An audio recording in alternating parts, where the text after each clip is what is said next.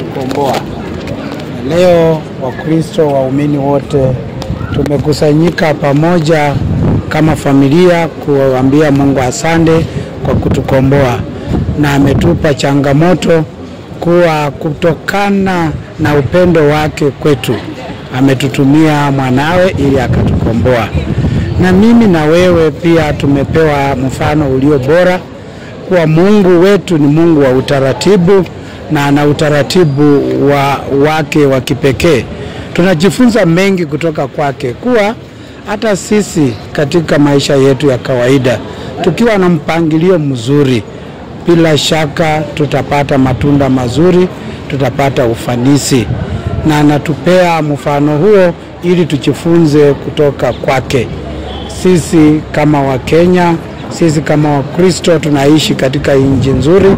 Tukipanga mambo yetu vizuri, bila shaka tutakuwa taifa tajika, taifa lenye heshima ya kipekee. So nawaomba katika heri hii ya Pasaka tuweze kudumisha amani, tuweze kupendana, na yule ambaye anaenda zaidi ajue kuwa Mungu ni Mungu wa upendo.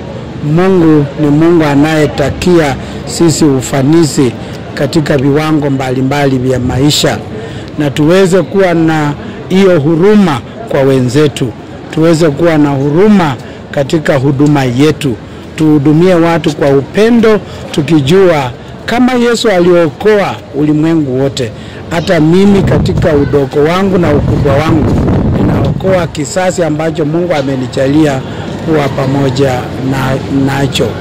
Na kwa hivyo tunawaombea mazuri, tunawaombea watoto wetu ambao wako likizoni na wanarudi shule, kuwa wao ndio matumaini yetu, na wanapoelekezwa vizuri na masomo, wao ndio watakuwa wokozi wa maisha yetu. Kwa hivyo tuwapee malezi bora, tuwapee mwelekeo mzuri, tuwe mfano mzuri kwa wao, na wao watakuwa sababu ya ufufuko wetu.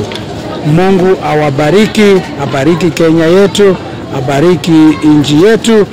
Mungu awajalie neema ya kipindi hiki cha Pasaka, tujue kuwa ufufuko upo, tusikate tamaa. Mwaka huu ni wa jubilei ya matumaini kwa kanisa, na tunaambia kila mmoja wetu katika sehemu yake kuwa please kuwa ishara ya matumaini kwa wale ambao unakutana nao.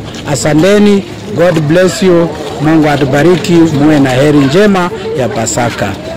Naitwa Father Jeremiah Manuni, Cathedral